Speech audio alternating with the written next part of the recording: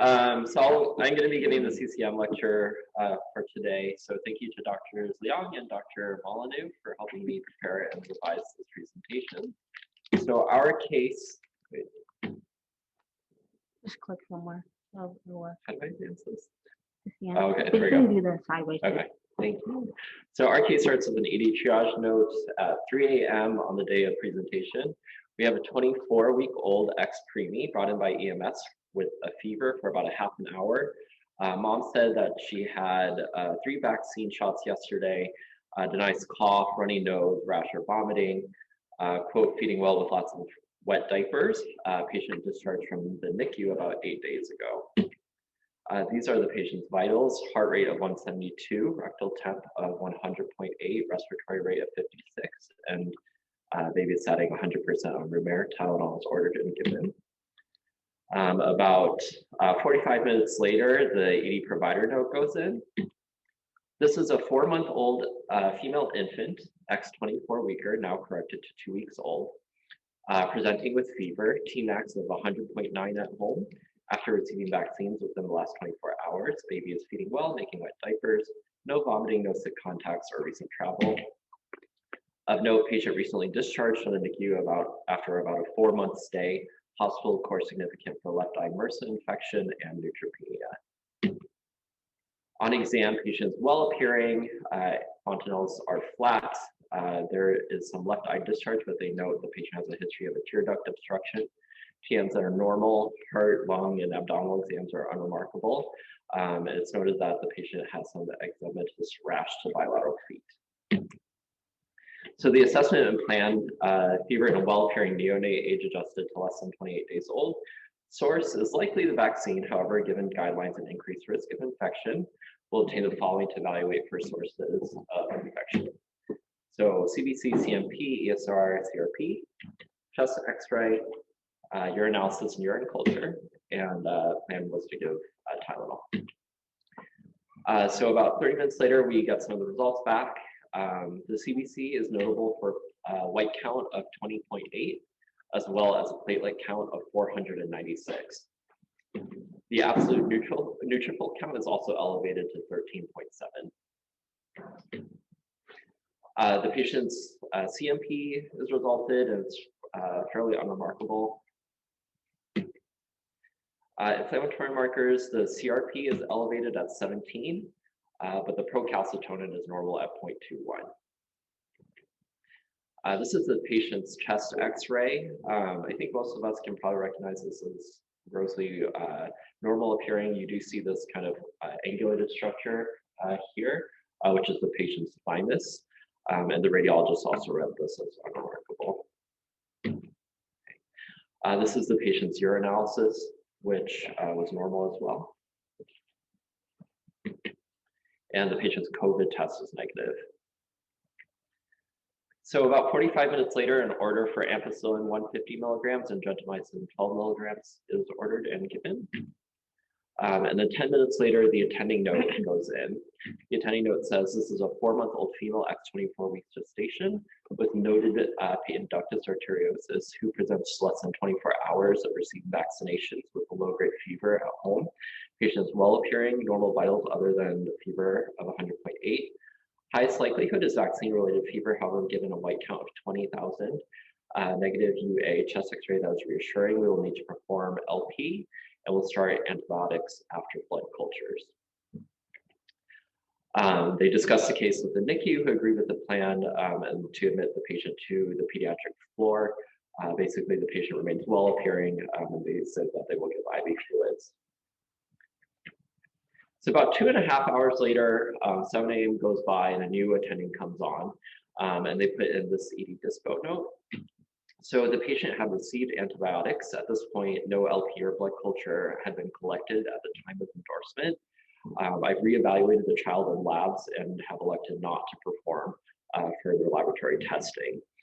Plan is to admit for observation. Plan was discussed with the pediatric attending. H&P from the inpatient team goes in about 45 minutes later. Basically say the same thing, but they note that the corrected age is actually 8 weeks. Patient has a history of PDA, retinopathy of prematurity, chronic lung disease of prematurity, and anemia of prematurity.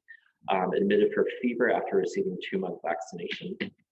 Patient is clinically stable, tolerating feeds and eliminating well, afebrile since admission, and for them, their exam is unremarkable. So their assessment and plan, fever is most likely due to vaccination, although patient has leukocytosis with neutrophilia and monocytosis and increased CRP. These can all be seen in response to vaccination. They think meningitis is less likely since the patient is not lethargic and is alert. HSV encephalitis is less likely since there's no rash, vesicles, or seizures. The UTI is less likely since the UA is normal. And therefore, they elect not to treat with antibiotics, and the plan is to observe the patient for 24 hours. So this is the patient's vital signs flow sheet from the visit. This is kind of in reverse order. So the earliest ones are at the bottom and the later ones are at the top. And as you can see, after the initial temperature of 100.8 in triage, the patient never became febrile again. The next day at around 1 p.m., the patient is discharged from the pediatric floor. And then about 6 days post-discharge, the patient goes to see her pediatric NP, who says this is an X24 weeker here for admission follow-up, admitted for post-vaccination fever. Infant afebrile while appearing, diet and elimination normal. So the patient is doing well. So basically, in summary, we have 4-month-old X24 weeker who came in 8 days after being discharged from the NICU and 1 day after receiving her 2-month vaccination. Was very well appearing, but just had a fever of 100.8. Workup was notable for white count of 20.8 with an absolute neutrophil count of 13.7 and an elevated CRP of 17. UA, chest x-ray, COVID tests were all negative. So the initial attending's plan was to obtain blood cultures and LP and then give IV antibiotics in a minute. However, with the new attending, they elected to forego the blood cultures and the LP and to admit for observation without antibiotics. Patient remained afebrile while appearing for the duration of the stay, and at 6 days post-discharge was doing well. So this case, I think, raises a few questions. Basically, when should we be doing workups on these infants, and how much of a workup should we be doing? Obviously, a neonate can't really tell us the symptoms they're experiencing, so it can be hard to know exactly what tests are indicating symptoms might be overdoing it. And then obviously we have to think about the risks of overdiagnosis, performing invasive procedures like LPs, and then the risks of giving IV antibiotics in admission. So it is a balancing act, as in many other areas of medicine. So we have to think about underdiagnosis, the risks of that, possibly missing a serious bacterial infection in these children, and the risks of overtreatment with admission and antibiotics. So these questions have been thought about for a very long time. The first kind of algorithms that came out to help us to determine what workups might be appropriate are named after cities. So there's the Rochester criteria, there's the Philadelphia criteria, as well as the Boston criteria as well. Now that I think about it, I wasn't sure if it's Rochester, New York or Rochester, Minnesota, but probably Rochester, New York. So these algorithms, they split children into different age groups, and it can be kind of confusing the way they group the children, but overall, the most common ones, starting from birth to 1 month old, and then 1 month old to 2 to 3 months old, and then from 2 to 3 months old to 3 years old. So today we're going to be focusing on this age group because that's where most of the controversies about whether to do LPs and invasive workups and admission is concentrated. One note is that all these algorithms for preemies, you're supposed to use the corrected age. So even though this patient was it had been 4 months since she was born. She was X 24 weeks, and so you have to adjust for that. So if you look at the notes, the emergency medicine note said that the corrected age was 2 weeks, but the pediatrics note said it was 8 weeks. So I wanted to clarify that just because, just to refresh my own memory. So the corrected age, conceptually, it's the patient's age had they been born at their expected delivery date. So kind of mathematically, it's equal to the patient's chronologic age, so how long it's been since they were actually born, and then subtracting for the prematurity adjustment. So the prematurity adjustment, you start with 40, yes. We just have a few comments before you get to the corrected age. I just want to make it very clear for everybody that when we're talking about neonates in medicine, corrected age is not something that we actually account for in the pediatric emergency room. Primarily because all the algorithms that we use exclude those patients. So if you look at any of these studies for neonates 28 days and under, you automatically exclude any premature infants. And so we don't actually correct when we have our infants. The other thing that's very important for you guys to just remember is that this patient was 4 months, right? And even if you correct the age, they received their first dose of vaccine. The reason why we are super concerned about children under 60 days, primarily children under 28 days, is because they are unvaccinated. So this child, 1, shouldn't have had a corrected age to use, but even if it was 2, should have been noted that this child had their 2-month vaccines already, and so it already puts them out of this category. Okay, I see what you're saying. I think a lot of the, so Nate made the point that with prematurity or premature patients, they're excluded from a lot of the studies for these algorithms, and so it's some practitioners may not correct for the age, and because she was 2 months old chronologically, she had already received her 2-month vaccination, and so these algorithms are applied. I did see some literature that did state specifically that that you should use the corrected age and then apply the algorithms, but I think what you're saying totally makes sense too. But anyway, going back to the calculations, it should be noted that you should use 40 weeks and then subtract the patient's gestational age at birth. So for her, it was 40 weeks minus 24 weeks and 1 day, so the adjustment should be 15 weeks and 6 days. So the corrected age would then be about 1 week and 5 days.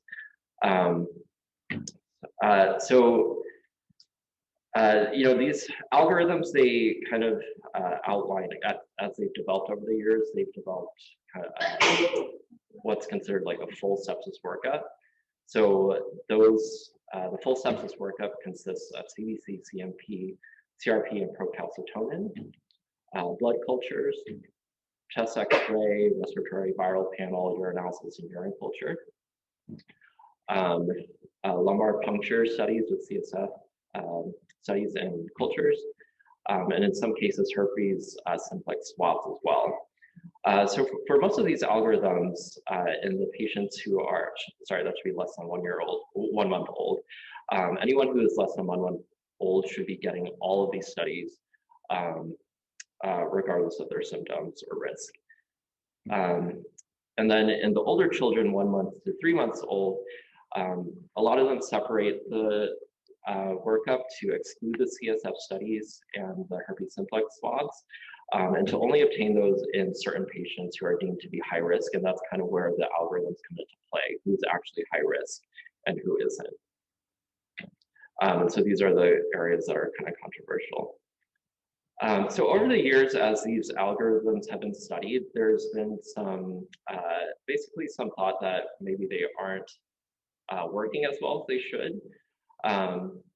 So one of the reasons is that like in our patient, she had a very clear reason for having a fever. She had just gotten her vaccines in the last day. And so this study from 2009 that I found showed the risk of an infant having a bacterial infection right after vaccines. So overall, the overall risk of an infant having, a febrile infant having a serious bacterial infection in this study was about 7.8. If they had a vaccine within the last 72 hours, that percentage went down to 2.8%. And then if it happened within the last 24 hours, it went down as low as 0.6%. And they noted that the 0.6%, these were all UTIs. So it wasn't meningitis or bacteremia. Another complicating factor is that a lot of these children will just have viral infections. So once this study from 2015 looked at the risk of concurrent SBIs with viral infections or patients who likely had viral infections. So in children who are less than 60 days old, the overall risk of bacterial infection was 12.5, but those who had a confirmed viral infection, that risk went down to 7%. For those less than 90 days old, it went from 12.3 to 4.2. And even in those patients who were deemed high risk by the Rochester criteria, there was a significant drop of the concurrent viral infection, 16.7 to 5.5. And again, most of these SBIs were bacterial UTIs, but there were some bacteremias as well. Another problem with these algorithms is that a lot of studies have shown that very few physicians actually adhere to them. So this study out of Kaiser Permanente, which is kind of considered a closed system, so they can track these better than other health systems, in patients 7 to 28 days old, only 60% got any sort of culture, whether it was a blood culture or urine culture. Those 29 to 60 days, only 25% did. And those 61 to 90 days, so 2 to 3 months old, only 5% got any sort of culture. And again, in those patients who did not receive any cultures, only 1.1% had a UTI within the subsequent 30 days. So even though they were not sending a lot of cultures, they were not really missing that many bacterial infections. And then lastly, the overall risk of a bacterial infection in a febrile infant is relatively low. So most studies have shown 7 to 12%, so definitely significant. But if you're sending all these studies on every single febrile infant, a lot of those workups are going to be very intensive, but also about 90% negative. So there's been a lot of recent debate and work put into developing better algorithms. So some of the newer algorithms that I want to draw your attention to, first is the StepbyStep Algorithm, which comes courtesy via the Europeans. And then we have the Canadians, the same PCarn group who came up with the head trauma rules, have also developed a febrile infant algorithm. And then also kind of the wider American effort has been with the revised algorithm. So starting with the step-by-step algorithm, so this looks at well-appearing, previously healthy infants 21 to 89 days old without any obvious source of fever. The first step is to do a procalcitonin. If that's positive, then that patient is high risk. But if it's negative, you go on to the CRP and absolute neutrophil count. And if those are elevated, either of them, they're considered intermediate risk. And if either of those are elevated, they're considered low risk. So this algorithm stratifies them by risk, but it doesn't necessarily prescribe like specific workups and treatment steps for each of these groups. But it's kind of the implication is that the low risk patients don't necessarily need LPs and antibiotics in addition. So the PCarn algorithm looks at 3 different tests: the UA, the absolute neutrophil count, and the procalcitonin. And if all 3 of those are negative, then that patient is also considered low risk.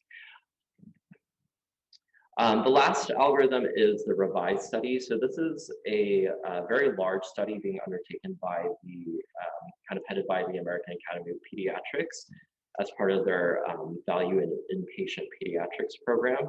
So the goal is to obviously reduce testing, antibiotics admission for febrile infants, and about 150 US university-based and community-based hospitals are participating in this. So it's a very large study. So the main intervention is to provide each of these hospitals with what's called a change package. including training materials, order sets, and EHRs, as well as clinical algorithms to determine which patients should get what workups and admission and antibiotics. So their first part of the algorithm, obviously, if the patient is ill appearing, then you're going to do everything, full sepsis, admit, antibiotics. But if they're well appearing, you start off with a limited workup, urine studies, CBC, CRP, blood cultures, and respiratory viral testing. And then at that point, after you receive those results, you're going to go on to a bacterial infection checklist. And so this one, I won't go through all of these, but I wanted to point out a few since they apply to our patient. So anyone who's born less than 37 weeks gestation is automatically considered high risk. History of prior hospitalization, CBC less than 5,000 or greater than 15,000. Remember, our patient had a white count of 20,000.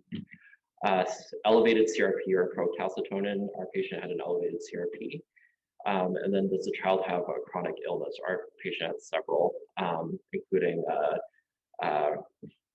anemia, retinopathy, and lung disease. So if the patient is considered high risk, then you should perform the lumbar puncture, administer antibiotics, and admit the patient. And you should then move on to the herpes simplex checklist to determine whether they might need some herpes swabs as well.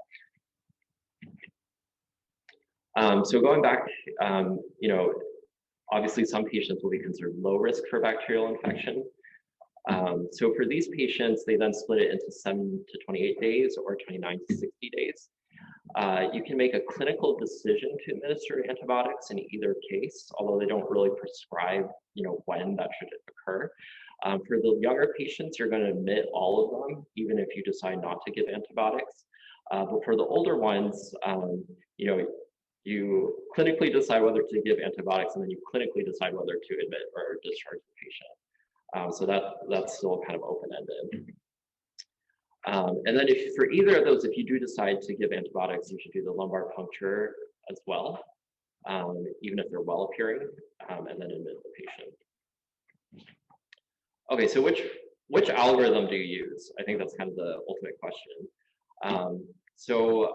I kind of tried to put some data together to help us compare them easily. So starting off with the ages, most of them look at 0 to about 3 months of age, but the step-by-step does focus on a slightly older age group, so that's one thing to keep in mind. In terms of study size, the largest one I found that's been done is the step-by-step study, and the PCarn is also larger as well.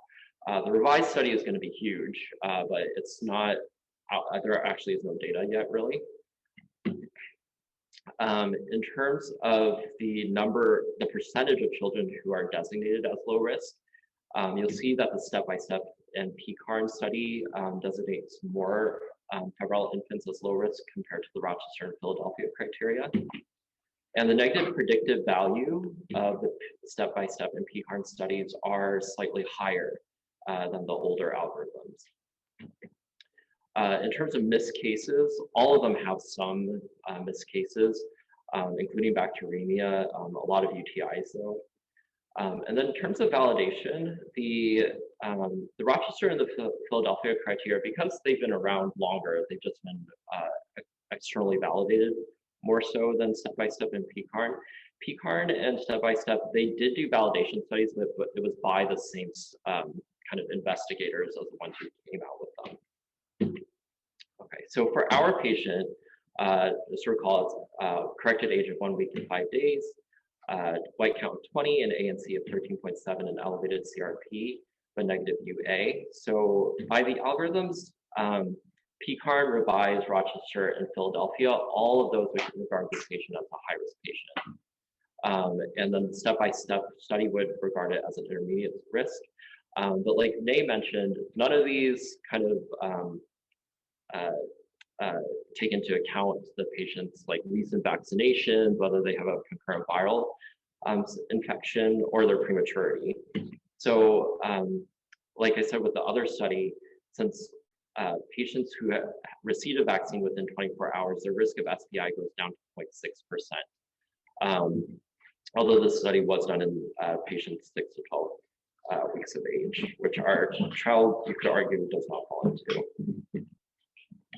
So some of my personal takeaways, I think there's a lot of investigation going into these algorithms right now. I think in the future, I'll just kind of go with whatever my institution has decided on going with based on a multidisciplinary discussion. But let's say I'm working in a place where they haven't really discussed this. I think for me, most of my 0 to 28-day-old patients I'm going to admit. And the only situation where I think I might forgo an LP and antibiotics is if they have an alternative explanation, like a positive viral swab or recent vaccinations, and also a negative UA, since that study showed that some of these patients still have UTIs. Possibly, as we get more data from PCarn, I might consider the low-risk patients from there also admitting without LP or antibiotics, but everyone else I would probably do everything, quote unquote. And then for the older children, you know, I'd still do kind of that the full workup except the LP. So for patients with an alternative explanation, negative UA, I would probably think about not doing the antibiotics and discharging for the PCarn low risk as well. But if they have an alternative explanation, potentially concerning features, so a bad bronchiolitis, I would obviously admit them, but not necessarily give antibiotics. But for everyone else, full workup, including LP, antibiotics, and admission. Okay, so let's see how we're doing on time. Does anyone have any questions about the algorithm so far, or thoughts, discussion? Can I just make a few comments? All right, so I'm just gonna say a couple of quick things that I think are very important. And I know a lot of these things happen to be my fellow's project, and my project actually used PCarn data to come up with like a new algorithm that we kind of are trying to publish right now. So number one, for everyone to know, we don't use corrected age progression medicine when we're talking about sepsis. All studies exclude those patients, all revised step by step. They all exclude those patients. If your patient was not born full term or has a very significant medical history, you cannot go down the path of any of those algorithms.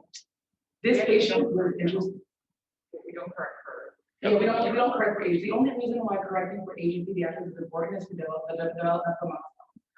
Because if you have a 6-month-old who was born 24 weeks gestation, you should not expect them to be rolling over and doing things a typical 6-month-old would do. But in terms of treatment in the emergency room, it doesn't change because by then they should have still received their 2.6-month vaccine. So we don't correct for gestational age. Number two, when we're talking about a lot of these algorithms, I do want you to know that the neonatal age is what's in discrepancy, and we talk about two different categories: serious bacterial infection and invasive bacterial infection. So your numbers for serious bacterial infection were higher than what invasive bacterial infection is, which is what the great debate is. So the difference between the two is serious bacterial infection includes bacteremia, meningitis, pneumonia, and in some studies, urinary tract infection, soft tissue infection. So depending on what study you're looking at, you have to see how they're defining serious bacterial infection when they're giving their numbers. Some say serious bacterial infection is only bacteremia, meningitis, and UTI. Some include pneumonia, some include what was I saying? Soft tissue infection, right? And so depending if you're including all those things, those numbers can get really high. Invasive bacterial infection is what is the great debate in peds right now. Invasive bacterial infection is only always bacteremia and meningitis. So when we're talking about LPs, we're talking about meningitis. Should we or should we not LP, right? Bacteremia is not that huge of a debate because you're always going to draw blood culture. The big question is, should we empirically treat or not? And the reason why that's a debate is because if you admit a patient and you empirically treated and you did not get an LP, that can pose a problem. Did you present this child with 21 days of antibiotics because you did not LP? The big thing to know is that we're saying in this neonatal age group, 0 to 28 days, should we LP or should we not? In our revised study and the study that I'm trying to publish right now, that is the debate. So we're saying if you're low risk and you meet a certain criteria with your white blood cell count, you're well appearing, and even if you're febrile, if all your initial labs look normal, which includes your UA, your blood culture, and your inflammatory markers like your CRP and sed rate, if those are all normal, we're saying even if you're neonate, do not LP, however, you should admit these patients for OBS and do not start antibiotics. You're going to draw blood culture anyway. If your blood culture is positive within the first 24 hours or within the first few hours, you're going to start your antibiotics. And at that point, you may run otherwise, we're saying you should hold off. And that's the big debate. The big debate is, should we LP or not? And it's because we're trying to rule out meningitis. Now, as far as numbers go, when we're talking about invasive bacterial infection, they're actually super low. So he was giving you numbers of serious bacterial infection, which include these other things that I talked to you about. Serious bacterial infection, invasive bacterial infection, when we're talking about meningitis, is less than 1% in kids this age. Actually, my study showed it was 0.4%, right? In 0 to 28 days that you're going to find meningitis. Nobody wants to be the one to miss that 0.4%, and that's why it's a huge debate, because it causes like a lot of neurological sequelae, and that no one wants to be responsible for in this age group. But as far as bacteremia, it's still super low, 1.5%. And even when we're looking at the PCarn studies, like my numbers, I looked at the PCarn neonate, and it looked at 1,421 infants, 0 to 28 days. So it's a huge sample size. And even still, like it was between 1 and 3% for bacteremia and 0.5 to 1% for meningitis. So the numbers are super low when we're talking about invasive bacterial infection, which is the great debate right now. Jeffrey worked for that. She should have recorded that so that we can just put it on the. I hope they can hear it from over. You can hear that?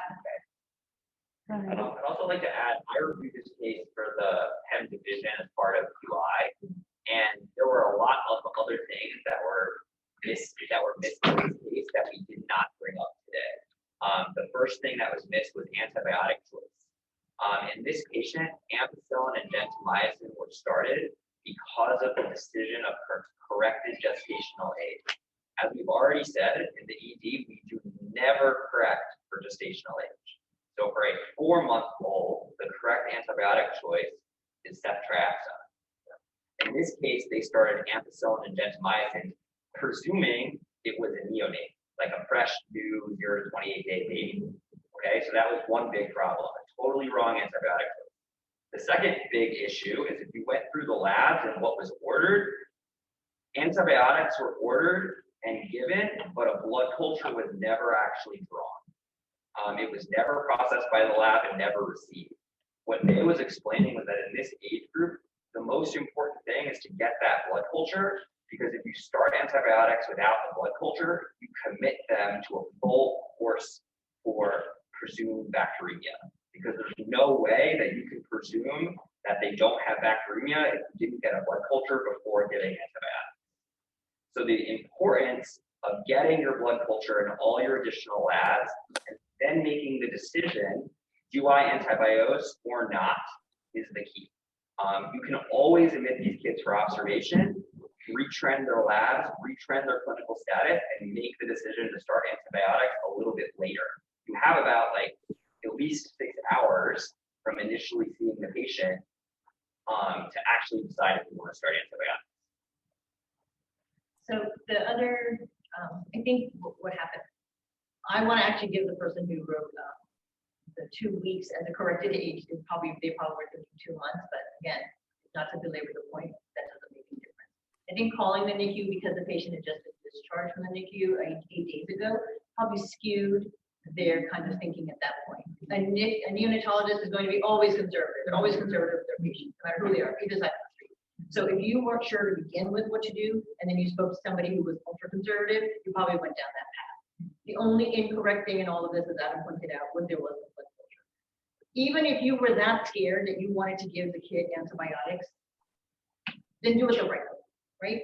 I'm never going to fault anybody for being too conservative in what they do, especially if you're just graduated and you've seen a baby and you're not sure. You go to a hospital that doesn't have any kind of guidelines set up yet. So do the basics that you're being taught. Do the blood culture. If you want to give the antibiotics and the kid looks like shit, you're not even going to think about it. You're just going to give the antibiotics and then do the test later, because all academic. You don't want to get all your numbers in a row if the kid looks terrible. You're going to cure the kid first.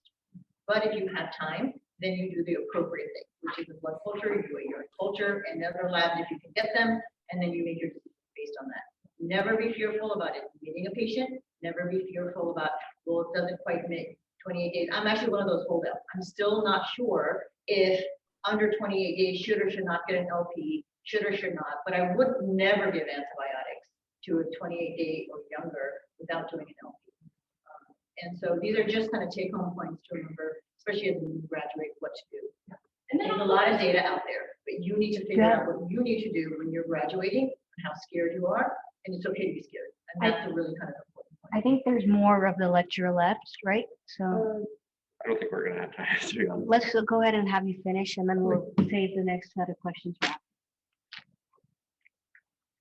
Take your time, don't Okay, worry. sure. So, since this is critical care, I wanted to kind of imagine the sickest version of this patient.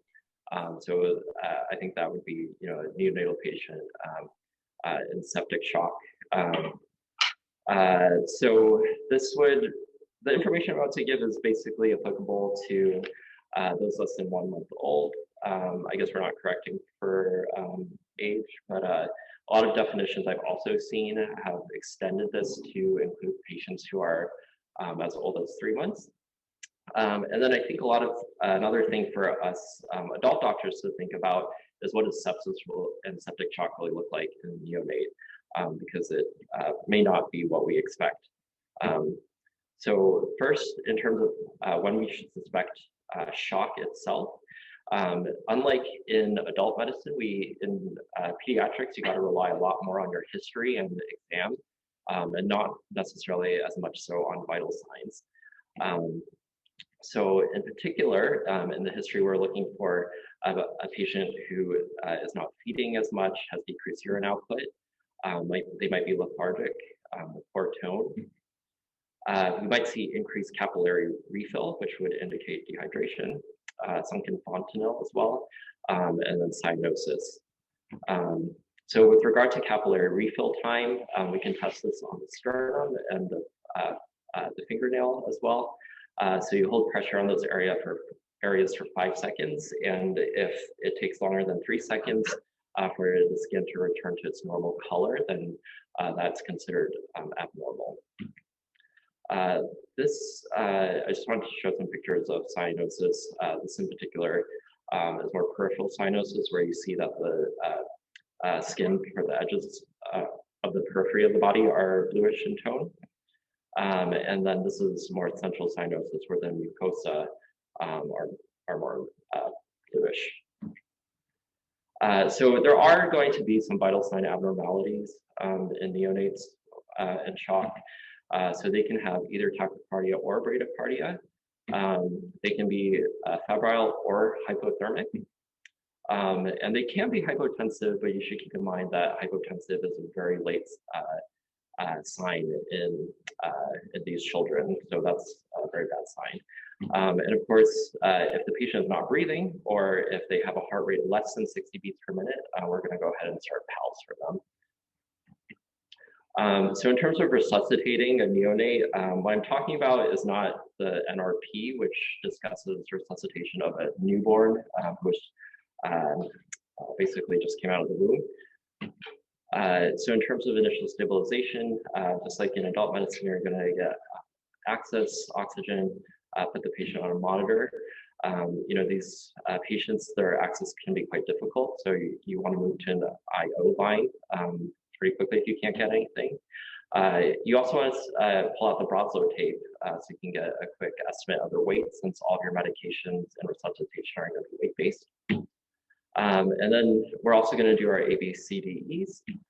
And one thing to note, if you do end up deciding to intubate the patient, a lot of the times we don't provide sedation necessarily in emergent neonatal intubations, because that can have a detrimental effect on their vital signs. So the two main causes of shock that you need to keep in mind in neonates are sepsis and cardiac or congenital heart disease. So these are the two big ones. And as you'll see, we pretty much treat for these empirically. You go ahead and give empiric antibiotics. So the traditional teaching is that for patients less than 7 days, they're more susceptible to infections from vaginal flora during birth. And so the treatment of choice are ampicillin and gentamicin. And then past 7 days old, they're more likely to have infections from their surrounding environment. So the regimen changes to vancomycin and gentamicin. And then you may also want to consider giving acyclovir if you notice a vesicular rash or seizures. So in terms of congenital heart disease, none of us are really going to be able to do echoes on neonates, I don't think, unless we decide to end up doing pediatric cardiology at some point. So there are signs that you can look for that may suggest congenital heart disease. So if you start off with an initial fluid bolus of 10 cc's per kg and their clinical status actually worsens, that in itself is an indication to start prostaglandin. So if after giving the initial fluid bolus, they have desaturation, hepatomegaly, or worsening signs of shock, then you can consider congenital heart disease. You can look at their chest x-ray. You should note that not all congenital heart abnormalities show up on chest x-ray, but if you do, you can look for differentials between their pulse ox and blood temperature between the upper and lower extremities. That can indicate a coarctation or a patent ductus. And then you can also consider doing the hyperoxia test, which is basically a pre and post ABG after giving the patient 100% oxygen. And if you see an increase in PA over 0.10, then that's, or less than 10, that's kind of suggestive of a congenital heart lesion. So these are 3 x-rays I wanted to show you. So going from left to right, the one on the left, that's an egg on a string, which is truncus arteriosus. The one in the middle, that's a snowman, which suggests TAPVR. And then the last one is a boot-shaped heart, which is tetralogy below. These are all ductus-dependent lesions. So if you do see this and this patient is in distress or in shock, then you would highly consider giving prostaglandin. So this is a medication that basically helps to keep the ductus patent. You start with a dose of 0.05 mics per kg per minute, and you can titrate up to a max of 0.4 based on the clinical status of the patient. There's a high risk of apnea and hypotension with giving this medication, so you want to think about intubating them, although a lot of literature is saying you don't necessarily have to. So in terms of treating the shock, like I said before, the initial fluid bolus should be 10 cc's per kg. You then reassess and then consider whether you want to give them more fluid if the initial bolus improve their status. You can also, if that doesn't help, you can also consider vasopressors. So in sepsis, the preferred vasopressors are dopamine and epinephrine for sepsis. And then for cardiac shock, dopamine and dobutamine. And then if their status doesn't improve with pressors, just like in adults, you want to think about adrenal insufficiency. You give hydrocortisone at 1 mg per kg. So with these kids, it can be very scary, and you might be screaming. And I hope amidst your screaming, you think of the following mnemonic to help you think of the different causes of shock. So like I said, sepsis and cardiac. R for rhythms like arrhythmias, like SVT. E is for endocrine, like adrenal insufficiency. A is for abuse. M is for metabolic, like inborn errors of metabolism. Intox, like Dr. Saleh went over. Neurologic, like seizures and intracranial hemorrhage or ischemia. And gastrointestinal, like ovulitis or intussusception. So some of your initial diagnostics are going to include EKG and finger stick. Like we went over earlier, you should probably send off the full sepsis workup. Some other tests you might want to consider are ammonia and lactate, which the pediatricians look at to discern different inborn errors of metabolism. TSH and free T4 for thyroid dysfunction, cortisol level for adrenal insufficiency, and head and abdominal imaging for neurologic and gastrointestinal causes. A few pitfalls. So SVT can also cause shock. This may be a patient with Wolff-Parkinson-White. This may be their first presentation of this condition, and you may not know whether they have it or not. However, adenosine is still given as first line, but you just have to be cognizant or be ready to shock them in case they, decompensate into AFib or ventricular tachycardia. It's still pretty rare though. And then lastly, infant seizures, they can also cause shock, but there are a lot of pitfalls with it, especially for us adult doctors. Because they have immature circuitry in their brains, they present pretty atypically. So seizures can look like bike pedaling, focal seizures, lip smacking, or posturing. And the generalized tonic-clonic seizures are actually pretty rare in this age group. And then another thing to keep in mind is that the preferred agents are actually phenobarbital as your first line, and then phosphatidylcholine. You can give benzodiazepines as well, but these are the first line treatments. So in summary, for neonatal shock, you really have to rely a lot on your history and exam to identify it. You want to stabilize the patient and also think about the long list of different causes of shock. You'll likely favor intubation and intraosseous line in these patients, and the top two causes are sepsis and congenital heart disease. Thank you, guys.